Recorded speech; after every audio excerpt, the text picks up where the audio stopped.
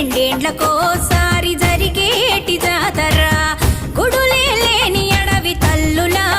జాతర